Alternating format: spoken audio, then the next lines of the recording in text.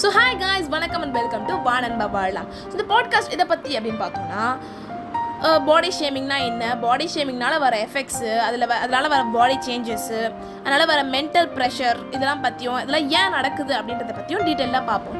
So body ஷேமிங்னா என்ன அப்படின்றத முதல்ல பார்த்தோம்னா, ஒருத்தரோட பாடி ஃபீச்சர்ஸ், அதாவது அவங்களோட height, weight, skin colour, skin tone, இல்லை அவங்களோட ப்ரைவேட் பார்ட்ஸ் வந்து ஒருத்தர் ஷேம் பண்ணுறோன்னா அதுதான் பாடி ஷேமிங் அப்படின்னு சொல்லலாம். ஸோ இந்த பாடி ஷேமிங் எதனால் நடக்குது அப்படின்னு நம்ம பார்த்தோன்னா, ஒரு மெயினாக 4 சைக்காலஜிக்கல் ரீசன்ஸ் இருக்குது.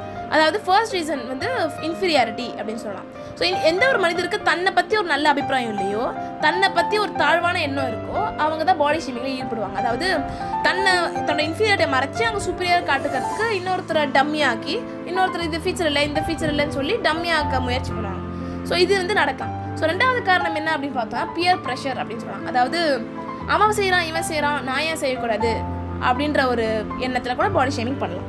ஸோ மூன்றாவது காரணம் பார்த்தோன்னா, லேக் ஆஃப் க்ரியேட்டிவிட்டி அப்படின்னு சொல்லலாம். அதாவது எந்த ஒரு நபருக்கு அடுத்தவங்களை காயப்படுத்தாமல் நகைச்சுவை செய்ய தெரியாதோ அந்த நபர் வந்து பாடி ஷேமிங்கில் ஈடுபடலாம். ஒருத்தரை காயப்படுத்தி தான் அவங்க நகைச்சுவை செய்யணும் அப்படின்னா அது எவ்வளோ கீழ்த்தனமான எண்ணமாக இருக்கும்ல. நாலாவது காரணம் வந்து பார்த்தீங்கன்னா, சோஷியல் கண்டிஷனிங் அப்படின்னு சொல்லலாம். அதாவது எந்த ஒரு நபருக்கு வந்து இந்த சொசைட்டி சொல்கிற பியூட்டி ஸ்டாண்டர்ட்ஸ் யாருக்கெல்லாம் மனசு நல்லா பதிதோ, யார் அதை முழுமையாக நம்புகிறாங்களோ, அவங்க பார்க்குற ஒவ்வொரு நபரையும் கம்பேர் பண்ணி பார்ப்பாங்க. இந்த நபருக்கு அந்த பியூட்டி ஸ்டாண்டர்ட்ஸ்லாம் இருக்கா, இந்த அழகு இருக்கா, இந்த கலர் இருக்கா அப்படின்னு செக் பண்ணுவாங்க. அப்படி இல்லைனா அந்த பர்சனை கூட உடனே ஷேம் பண்ண ஆரம்பிச்சிடுவாங்க. ஸோ இதனால் பாடி ஷேமிங் நடக்கலாம். ஸோ சோஷியல் கண்டிஷனிங் பற்றி பேசும்போது ஒரு நல்ல ஞாபகம் வருது. இது யார் உருவாக்குறா அப்படின்னு நம்ம ஆராய்ச்சி செய்யும் போது மெயினாக 2 இண்டஸ்ட்ரி தான் சொல்லலாம். ஒன்று வந்து இந்த அழகு சார்ந்த இண்டஸ்ட்ரின்னு சொல்லலாம், இன்னொன்று வந்து இந்த நடிப்புத்துறை. ஸோ இந்த அழகு சார்ந்த துறை வந்து பார்க்கும்போது, இந்த மேக்கப் இண்டஸ்ட்ரி பற்றி பார்க்கும்பொழுது மெயினாக ஞாபகம் வருது என்னென்னா, மார்க்கெட்டிங் ஸ்ட்ராட்டஜி. இந்த மார்க்கெட்டிங் ஸ்ட்ராட்டஜிக்காக இவனுங்க பியூட்டி அப்படின்ற ஒரு விஷயத்தை யூஸ் பண்ணிக்கிறாங்க. அதாவது ஃபிட்னஸ் கிளினிக்கை மார்க்கெட்டிங் பண்ணுறதுக்காக இவங்க வந்து இந்த சில கான்செப்ட்ஸ், அதாவது சைஸ் 0ன்னு கொண்டு வரதோ, இல்லை 30, 36, 38 அப்படின்ற ஒரு உடல்நிலையில் இருக்கணும் அப்படின்றத கொண்டு வரதுக்கோ இந்த கான்செப்ட்ஸை கொண்டு வராங்க. ஸோ இது மூலயமா ஃபிட்னஸ் கிளினிக் வந்து நீங்கள் இந்த உடம்பை உங்களுக்கு வேணுமா, இந்த ஃபிட்னஸ் கிளினிக்கை அணுகவும், இந்த நம்பரை கால் பண்ணுவோம் அப்படின்னு சொல்லி ஒரு நம்பர் வந்து இந்த அட்வர்டைஸ்மெண்ட்ஸ் மூலயமா நபர்களை வரவேற்கிறாங்க. ஸோ இது நடக்குது. இது இன்னொரு பக்கம் வந்து கலர் வச்சு எப்படி நடக்குதுன்னா, இந்த ஃபேர்னஸ் க்ரீமை மார்க்கெட் பண்ணுறதுக்காக இந்த கலர் வேண்டுமா, அப்போ இந்த க்ரீமை போடுங்க அப்படின்னு சொல்கிறாங்க. நிறைய ஃபேர்னஸ் க்ரீம் அட்வர்டைஸ்மெண்ட்லேயே நம்ம பார்த்துருப்போமே. ஒரு பொண்ணு இருப்பா, அந்த பொண்ணுக்கு வந்து கருப்பு நிற தோல் இருக்கும். அந்த பொண்ணு வந்து வேலை இல்லாமல், இல்லை ஏதாச்சும் ஒரு பிரச்சனையாக இருக்கும், வேலை இல்லாமல் இருப்பா, இல்லை லவ் ஃபெயிலியராக இருக்கும், இல்லை அவளுக்கு வீட்டில் பிரச்சனையாக இருக்கும். ஆனால் வந்து உடனே 5 ரூபா க்ரீம் வாங்கி போட்டுருவான், முகத்தில் தான் போடுவான். ஆனால் உடம்பு ஃபுல்லாக வெள்ளையாகி அவளுக்கு வந்து உடனே அவளுக்கு வேலை கிடச்சிரும், வீட்டில் பிரச்சனை எல்லாமே சரியாயிடும். அப்படி லவ் ஃபெயிலியராக இருந்தால் அவளுக்கு வந்து அந்த காதலிச்ச பையனே திருப்பி வந்துடுவான். ஸோ அந்த அளவுக்கு காட்டுவாங்க ஃபேர்னஸ் க்ரீமில். நம்ம அது தெரிஞ்சு தான் நம்ம ஏன் இதெல்லாம் பண்ணியிருக்க போகிறோம். நம்மளாம் ஏன் ஸ்கூல் போய் காலேஜ் போய் லட்சமாக கட்டி hard work, smart work, class work, home work எல்லாத்தையும் பண்ணிவிட்டு ஒரு வேலைக்கு போக போதும் இதே மாதிரி நம்ம பண்ணிட்டு போயிடலாமே. எவ்வளோ ஸ்டூப்பிடாக இருக்குது இது. எந்த அளவுக்கு ரியல் வேர்ல்டில் ஃபிட் ஆகாது அப்படின்னு தெரிஞ்சும் இவங்க பண்ணுறாங்கன்னா அது எந்த அளவுக்கு ஸ்டூபிடிட்டியாக இருக்குது அப்படின்றத நம்ம பார்க்கலாம். ஸோ இது ஒரு பக்கம் இருக்குது. ஸோ இது மேக்கப் இண்டஸ்ட்ரி அப்படின்றது ஒரு தனியான இண்டஸ்ட்ரி கிடையாது. இது வந்து நம்ம ஃபிலிம் இண்டஸ்ட்ரிக்குள்ளே ஒரு பார்ட்டாகவே இருக்குதுன்னு சொல்லலாம். இந்த ஃபிலிம் இண்டஸ்ட்ரி என்ன பண்ணுறாங்க, இந்த ஆக்டிங்கில் இருக்க மக்கள் என்ன பண்ணுறாங்க, சில வாக்கியங்கள் மூலமா மக்கள் மனசில் பதிய வைக்கிறாங்க. இதுதான் அழகு அப்படின்னு சொல்லி அன்கான்ஷியஸாகவே பதிய வைக்கிறாங்க. அதாவது இந்த கொலைக்கிற நாய் கடிக்காது அப்படின்ற ஒரு சென்டென்ஸ் எவ்வளோ ஃபேமஸ் ஆச்சோ, அதே அளவுக்கு வெள்ளையா இருக்கிறவன் போய் சொல்ல மாட்டான் அப்படின்ற ஒரு வாக்கியமும் ஃபேமஸ் ஆச்சு. அது மட்டும் இல்லாமல் நிறைய பாட்டுகள் மூலயமா, நிறைய டைலாக்ஸ் மூலயமா, இந்த குண்டு தான் கல்யாணம் பண்ணிக்க போறியா அப்படின்னு சொல்லி அந்த கதாநாயகன் சொல்கிறது, அந்த மாதிரி சிறு வார்த்தைகள்லாம் வந்து எந்த அளவுக்கு நார்மலாக புழக்கமாயிடுச்சோ அதை வச்சே நிறைய இங்கே பாடி ஷேமிங் நடக்குது இந்த வாக்கியங்கள் மூலயமா. ஸோ வந்து இந்த நடிப்புத்துறையில் வந்து இந்த படத்தில் நிறைய காட்டுவாங்க. இந்த பாசிட்டிவ் கேரக்டர் காட்டுறதுக்கு ஒரு ஃபீச்சர்ஸ் வச்சுருப்பாங்க, ஒரு நெகட்டிவ் கேரக்டர் காட்டுறதுக்கு ஒரு ஃபீச்சர்ஸ் வச்சுருப்பாங்க. அதாவது பாசிட்டிவ் கேரக்டர்லேயே ஒரு ஆணை காட்டணுன்னா ஒரு வீரத்தை சிக்னிஃபை பண்ணுற மாதிரியும், அதே ஒரு பெண்ணை காட்டுறதுக்கு ஒரு அழகை முன்னிலைப்படுத்தியும் காட்டுவாங்க. அதாவது ஒரு பெண்ணை காட்டணுன்னா ஒரு ஒல்லியான ஒரு பெண்ணை காமிப்பாங்க, அது எடை குறைவான ஒரு பெண்ணை காமிச்சு நல்ல வெள்ளை தோலை ஒரு பெண் தான் வந்து ஹீரோயினாக இருப்பாங்க. அதே மாதிரி ஆண் அப்படி காட்டணும்னா அது வீரத்தை காட்டுற மாதிரி ஒரு 6 பேக், அதாவது வீரம்னா இப்படி 6 பேக் இருக்கணும் அப்படின்ற மாதிரி காட்டுவாங்க. 6 பேக் இருக்கணும், நல்ல வெள்ளை தோலோட ஒரு குறிப்பிட்ட உயரத்தில் இருக்கணும். ஸோ இப்படி இருப்பாங்க. உடனே அந்த பொண்ணுக்கு ஏதோ ஒரு பிரச்சனை நடக்கும். அந்த பையன் வருவார், ஓடி வருவார், சிக்ஸ் பேக் எல்லாம் காட்டுவார். காட்டிட்டு நல்லா அங்கே சண்டையெல்லாம் எல்லாருக்கிட்டையும் சண்டையை போடுவார். சண்டையை போட்டுட்டு அந்த பொண்ணுக்கிட்ட உடனே அங்கே ஒரு லவ்ஸ் ஆரம்பிக்கும். ஸோ வந்து இது வந்து ஒரு பாசிட்டிவான கேரக்டர் காமிக்கிறதுக்காக இந்த மாதிரி ஃபீச்சர்ஸ்லாம் வச்சுருப்பாங்க. ஸோ நெகட்டிவ் கேரக்டர் பக்கம் வந்தோன்னு வச்சுக்கோங்களேன், ஒரு வில்லியை காட்டணும், ஒரு வில்லனை காமிக்கணும்னா எடை அதிகமாக உள்ள ஒரு பெண் இப்போ ஒரு வில்லியை காட்டுறாங்கன்னா எடை அதிகமாக உள்ள ஒரு பெண்ணை காமிச்சு ஒரு பெரிய பொட்டு வச்சுருப்பாங்க, நல்லா ஒரு புடையை தூக்கி கட்டிட்டு வருவாங்க. இதுதான் வந்து ஒரு பெண்ணுக்கான ஒரு வில்லியைக்கான ஒரு தோற்றம். அதாவது ஒரு நெகட்டிவ் கேரக்டர் காட்டுறதுக்கு ஒரு பாடி ஃபீச்சரை வந்து காட்டுற மாதிரியும், அதாவது இது பார்க்குற மக்கள் எல்லாருக்குமே ரெஜிஸ்டர் ஆகிடும் அன்கான்ஷியஸாகவே. ஒரு குண்டா இருக்க நபர்னா ஒரு கெட்டவங்க, ஒல்லியாக இருக்க நபர்னா நல்லவங்க, எடை அதிகமாக இருக்க நபர்னா கெட்டவங்க, எடை குறைவாக இருக்க நபர்னா நல்லவங்க அப்படின்னு சொல்லி ரெஜிஸ்டர் ஆகிடும் அன்கான்ஷியஸாக. அதே மாதிரி ஒரு ஆணுக்கும் அதே மாதிரி தான். ஒரு நல்ல லுங்கியை கட்டிட்டு நல்லா பெரிய பெரிய நகையெல்லாம் போட்டுட்டு வரவர் வந்து நல்ல வெள்ளை தாடியெல்லாம் வச்சுட்டு வரவர் வந்து வில்லன். இது மாதிரி காட்டுறது. இந்த இந்த பாடி ஷேமிங் கண்ணுக்கு தெரியாமல் நிறைய பாட்டுகளில் கூட வந்திருக்கு. ஏன் நம்ம தூள் படத்தில் வந்து விக்ரம் வந்து ஜோதிகா பாடியிருப்பாங்க, குண்டு குண்டு குண்டு பொண்ணு அப்படின்னு சொல்லி. அந்த குண்டுக்கும் ஜோதிகாக்கும் அந்த இடத்துல சம்மந்தமே இல்லாத மாதிரி இருக்கும். அவங்க எடை கம்மியாக தான் இருப்பாங்க, அவங்க பார்க்க எடை அதிகமான நபரா மாதிரி கூட இருக்க பார்க்க. பட் அதுக்கு குண்டு குண்டுன்னு பாட்டு பாடி, ஆனால் அந்த அந்த போடுற ஸ்டெப்ஸுக்கும் அந்த செட்டப்புக்கும் சம்மந்தமே இல்லாத மாதிரி இருக்கும். நிறைய பார்பி டால் செட்டப் மாதிரி இருக்கும். பட் அதுக்கும் குண்டுக்கும் என்ன சம்மந்தம் அப்படின்னு பார்த்தீங்கன்னா ரொம்ப செஞ்சே இல்லாத மாதிரி இருக்கும். அதே மாதிரி இதெல்லாம் ஒரு பக்கம் போயிட்டு இருக்கும்போது, இதெல்லாம் ஒரு பக்கம் போயிட்டு இருக்கிறதுனால அதுக்கு ஃபிலிம் இண்டஸ்ட்ரி தப்பு, ஆக்ட்ரஸ் தப்பு அப்படின்னு சொல்கிற ஆள் நான் கிடையாது. பிகாஸ் இந்த பாடி ஷேமிங்கை எதிர்த்து நிறைய கேம்பெயின்ஸ் உருவாக்குனதும் சில பல நடிகைகள் தான். ஸோ வந்து ஒரு நடிகை ஒருத்தவங்க வந்து இம்பர்ஃபெக்ட்லி ஒரு கேம்பெயின் உருவாக்குனாங்க, அதாவது இம்பர்ஃபெக்ட்லி பர்ஃபெக்ட் அப்படின்னு ஒரு கேம்பெயின் உருவாக்குனாங்க. ஸோ அந்த நடிகையை பற்றி சொல்லணும்னா ஒரு படத்து மூலயமா, ஒரு சீன் மூலயமா ஞாபகப்படுத்தலாம். வெளியே நல்லா மழை பெய்யுது, ஒரு ட்ரெயின் இருக்குது, அந்த ட்ரெயினுக்குள்ளே வந்து ஹீரோ ஹீரோயின் இருக்காங்க, ஆப்போசிட் பர்த்தில் உட்காந்துருக்காங்க. ஹீரோ வந்து ஒரு வயலினா கிட்டாரும் தெரியல ஏதோ ஒன்று வாசிட்டு இருப்பாரு.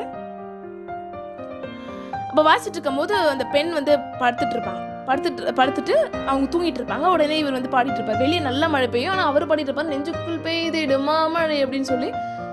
அது அந்த அந்த அந்த இப்போ உங்களுக்கு கண்டிப்பாக அந்த சீன் நல்லா ஞாபகம் வந்திருக்கும். அவங்க தான் வந்து நம்ம அஞ்சலான்னு சொல்லலாம், நம்ம மேகனா சொல்லலாம், மேகனா.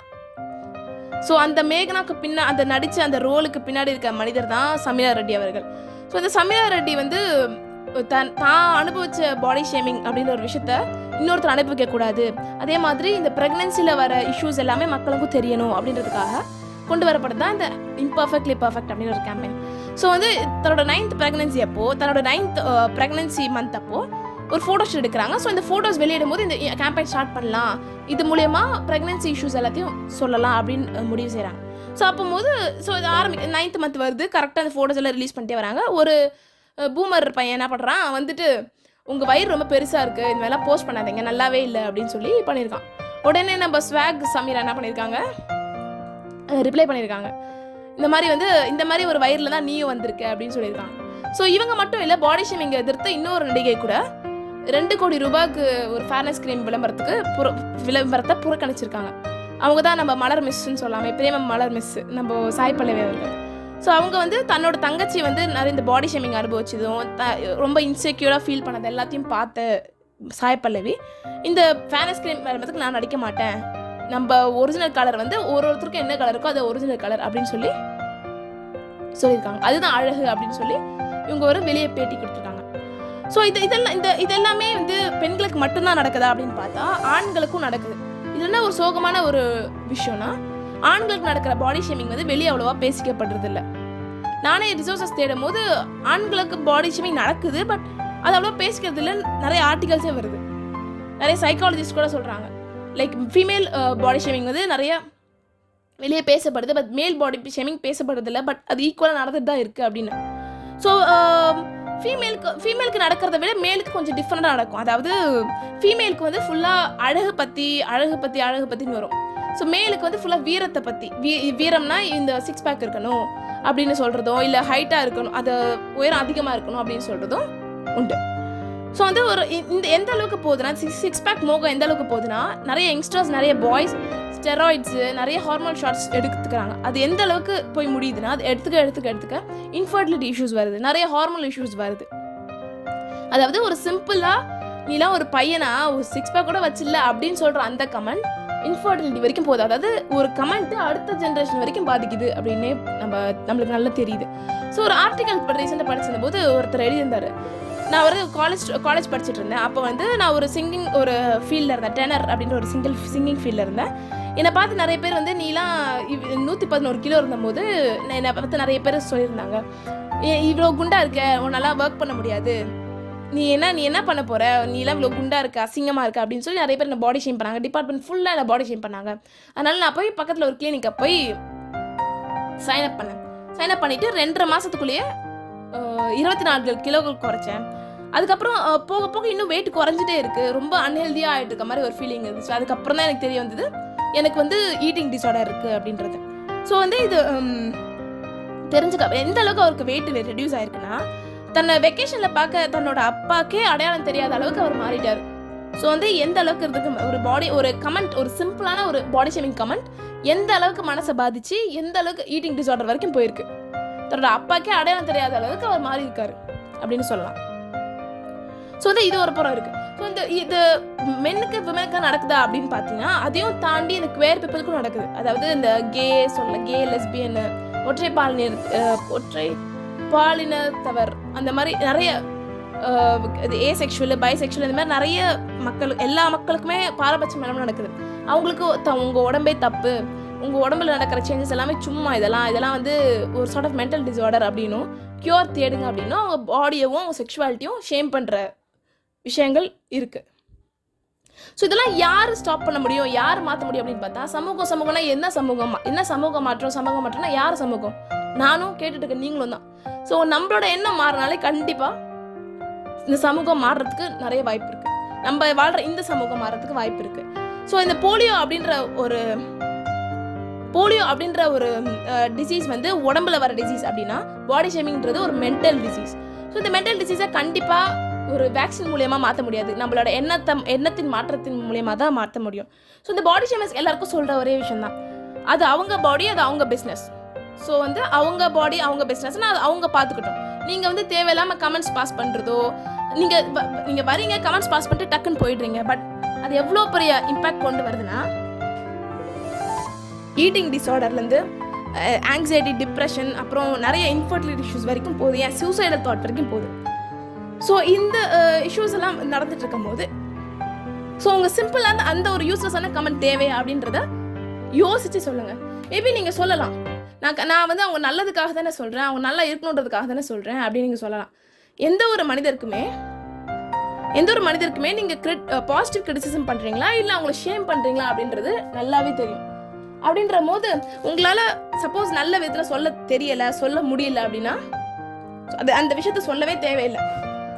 அப்புறம் இன்னொரு விஷயம், த லாஸ்ட் பாயிண்ட் இஸ், எந்த ஒரு நபருமே காலை எழுந்திரிச்சு கிளம்பி வெளியே வரதுக்கு முன்னாடி அட்லீஸ்ட் ஒரு தடவையாச்சும் அவங்க கண்ணாடியை பார்ப்பாங்க. ஸோ அதனால் அவங்களுக்கு அவங்க உடம்பு எப்படி இருக்கும் அப்படின்றது நல்லாவே தெரியும். நீங்கள் சொல்கிறேன்னு சொல்லி தேவையில்லாத மென்டல் இஷ்யூவை கொண்டு வரத்துக்கு நீங்கள் அது யூஸ்லெஸ்ஸான கமெண்ட்டை உங்களோட வச்சுக்கலாம். So for the victims, for the people who get body shamed, நீங்கள் எவ்வளோ கஷ்டமாக இருக்கீங்கன்றதை என்னால் ஐ கேன் அண்டர்ஸ்டாண்ட் யூ. கண்டிப்பாக என்னால் புரிஞ்சுக்க முடியுது. I can feel what you feel right now. Because நானும் அந்த ஒரு நிலையில இருந்து ஒரு பெரிய மன அழுத்தத்தில் ஈடுபட்டு அதுலேருந்து வெளியே வரத்துக்காக நிறைய மாதங்கள் போராடி பின்னர் வந்து நிறைய புரிஞ்சுக்கப்புறம் ஒரு கேர்ளாக இருந்து நான் இதை பேசுகிறேன். ஸோ ஒரு தோழியாக நான் சொல்ல விரும்புகிறது ஒரே ஒரு விஷயந்தான், have strong boundaries and your body is beautiful the way it is. And your body is beautiful the way it is. உங்கள் பாடியை வந்து உங்களை விட வேறு யாராலையுமே அழகாக பார்த்துக்க முடியாது. ஸோ அப்படிப்பட்ட பாடிக்கு நீங்கள் உங்கள் செல்ஃப் கேர் கொடுக்குறீங்களா அப்படின்றத பாருங்கள். உங்களோட செல்ஃப் கேர், உங்கள் செல்ஃப் லவ் எல்லாமே நீங்கள் உங்களால் ப்ராப்பராக கொடுக்க முடியுது அப்படின்றத பாருங்கள். உங்கள் ஃபீச்சர்ஸை, உங்கள் பாடி ஃபீச்சர்ஸை ஃப்ளாஸாக பார்க்காம உங்கள் பாடி ஃபீச்சர்ஸாக பார்க்குறீங்களா அப்படின்றத பாருங்கள். அப்படிப்பட்ட அழகான உடம்பை பாதுகாத்துக்கிறதுக்கு நீங்கள் பவுண்ட்ரிஸ் ரைஸ் பண்ணுங்கள். சப்போஸ் உங்களை யாராச்சும் ஷேம் பண்ணுறாங்க அப்படின்னு உங்களுக்கு தெரிஞ்சதுன்னா ரைஸ் ஸ்ட்ராங் பவுண்ட்ரிஸ். நீங்கள் என் பாடியை பற்றி பேச உங்களுக்கு என்ன உரிமை இருக்குது? இது ஒன்றும் அவ்வளோ சிரிப்பா இல்லையே அப்படின்ற வார்த்தைகளாக நீங்கள் சொல்ல சொல்ல சொல்ல that person will stop. Believe me, என்னை வந்து நான் வந்து இதுக்கு ஒரு 3 வருஷத்துக்கு முன்னாடி இல்லை 3 வருஷத்துக்கு முன்னாடி நான் வந்து எடை அதிகமாக இருக்கும்போது என்னை ஷேம் பண்ணவே சுற்றி ட்ரெயின் பிடிச்சி பஸ் பிடிச்சி வருவாங்க. நீ எவ்வளோ குண்டா இருக்க, நீ நல்லா இல்லை, என் ஃபோட்டோவை காட்டி சொல்லுவாங்க. லைக் எனக்கிட்டே நானே ஃபோட்டோ எடுக்கிறது கிடையாது. ஸோ அந்த ரேராக எடுக்கிற ஒரு ஃபோட்டோவை கண்டுபிடிச்சி அது எப்படிலாம் கண்டுபிடிக்கிறாங்களோ தெரியல, அதெல்லாம் கண்டுபிடிச்சி இங்கே பாரு இதை வந்து இந்த இங்கே பாரு எப்படி இருக்கு பாரு கையை காட்டி சொல்லுவாங்க. அப்போல்லாம் வந்து ஐ ஃபீல் ப்ரோக்கன். அந்த இடத்துல எனக்கு சொல்ல தெரியல. ஸோ அவங்க சொல்லும்பொழுது எனக்கு அவ்வளோ கஷ்டமாக இருக்கும். லைக் இந்த டயட் ஃபாலோ பண்ண, இத்தனை இட்லி சாப்பிட்டு, 4 தோசை சாப்பிட்டு, 40 இட்லி சாப்பிடுன்னு சொல்லி இந்த கண்ட டயட் டிப்ஸ் எல்லாம் சொல்கிற ஆளுங்க வந்து இருக்காங்க. நிறைய படிக்காத டயட்டிஷியனோ இந்த மாதிரிலாம் நிறைய பேர் இருந்தாங்க. ஸோ அதே நபர் நான் ஒரு ஹெல்த்தியாக வெயிட் ரெடியூஸ் பண்ணக்கப்புறமும் அதே நபர் திருப்பி வந்து என்னப்பா உடம்பு இவ்வளோ இழைச்சி போயிட்ட, நோய் ஏதாச்சும் வந்துருச்சேன், ஏன் சாப்பிடவே மாட்டேங்கிறேன், இது சாப்பிடு அது சாப்பிட்டு திருப்பி சாப்பிட்ற டயட் சொல்கிறாங்க. ஸோ அவங்க முன்னாடியே நான் கேட்ட ஒரே கேள்வி தான், நீங்கள் வந்து இது குண்டா இருந்தாலும் குண்டா இருக்குன்னு வேண்டியது, ஒல்லியாக இருந்தாலும் ஒல்லியாக வேண்டியது, அப்போ உங்களுக்கு என்னதான் வேணும் அப்படின்னு ஒரு வார்த்தை கேட்டதும் அவங்க திரும்பி என் பக்கம் வரதே கிடையாது. ஸோ அந்த மாதிரி நீங்கள் ஸ்ட்ராங்கான பவுண்டரிஸ் அது மாதிரி இல்லாமல் உங்களுக்கு என்ன இஷ்யூவோ அதுக்கான ஸ்ட்ராங்கான பவுண்டரிஸ் நீங்கள் ரைஸ் பண்ணிங்கன்னா கண்டிப்பாக உங்களை நீங்கள் பாடி ஷேமிங்லேருந்து பாதுகாத்துக்க முடியும். So all the beauties, lovely beauties out there, ஒரு பெரிய ஹக் அண்ட் பெரிய கேஸ் எல்லாம் இருக்கும். ஸோ வந்து நீங்கள் எல்லாத்துக்குமே டிசர்விங் தான். And if you feel unhealthy, நீங்கள் ஒரு நல்ல டாக்டராக போய் start with good work out, start with good diet. And ஏதாச்சும் ஹெல்த் இஷ்யூ இருந்துச்சு அப்படின்னு நீங்கள் பார்த்தீங்கன்னா உங்களுக்காக, உங்கள் உடம்புக்காக நீங்கள் மாற்றிக்கோங்க. வேறு மற்றவங்க ஒப்பீனியனுக்காகவோ, மற்றவங்கள வந்து அவங்க பேசுகிற கேள்விகளுக்கோ அவங்களுக்கு சாட்டிஸ்ஃபை பண்ணிட்டு இருந்தால் அவங்க வாழ்க்கை ஃபுல்லாக அப்படியே போயிடும். ஸோ அதனால் உங்கள் உடம்புக்காக, உங்கள் பாடிக்காக, உங்கள் ஹெல்த்துக்காக நீங்கள் ஸ்டெப்ஸ் எடுங்க. ஸோ அவ்வளோதான், இந்த பாட்காஸ்ட் இதோட முடியும். கண்டிப்பாக இந்த பாட்காஸ்ட் ஏதோ ஒரு நபரோட வாழ்க்கையை பார்க்குற விதத்தையே மாற்றும் அப்படின்றத நம்புகிறேன். ஸோ இது என்னோட முதல் பாட்காஸ்ட். ஸோ இந்த முதல் பாட்காஸ்ட். ஸோ இந்த ஜேர்னி நல்லா இருக்கும், அப்படி பியூட்டிஃபுல்லாக இருக்கும், கான்ஸ்டன்ட் லவ் அண்ட் சப்போர்ட் கிடைக்கும் அப்படின்னு நம்பி இந்த பாட்காஸ்ட் இதை முடிக்கிறேன். ஸோ உங்களுக்கு இந்த பாட்காஸ்ட்டை பற்றி ஏதாச்சும் கமெண்ட்ஸ் இருந்துச்சுன்னா, ஏதாச்சும் ஒரு ஜென்யூனான ஃபீட்பேக் சொல்லணும் அப்படின்னு நினச்சிங்கன்னா, என்னோட இன்ஸ்டாகிராம் பேஜ் வந்து @TheTamilPonnu. ஸோ இந்த @TheTamilPonnu அப்படின்றது என்னோட இன்ஸ்டாகிராம் பேஜ். ஸோ அதில் வந்து உங்களோட கமெண்ட்ஸ் நீங்கள் சொல்லலாம், உங்கள் ஃபீட்பேக் நீங்கள் சொல்லலாம். உங்களுக்கு ஏதாச்சும் ஸ்டோரிஸோ இல்லை இன்சிடென்ட்ஸ் இருந்துச்சுன்னா நீங்கள் ஷேர் பண்ண நினச்சா you can share with me. So thank you all, and this is Pavithra signing off.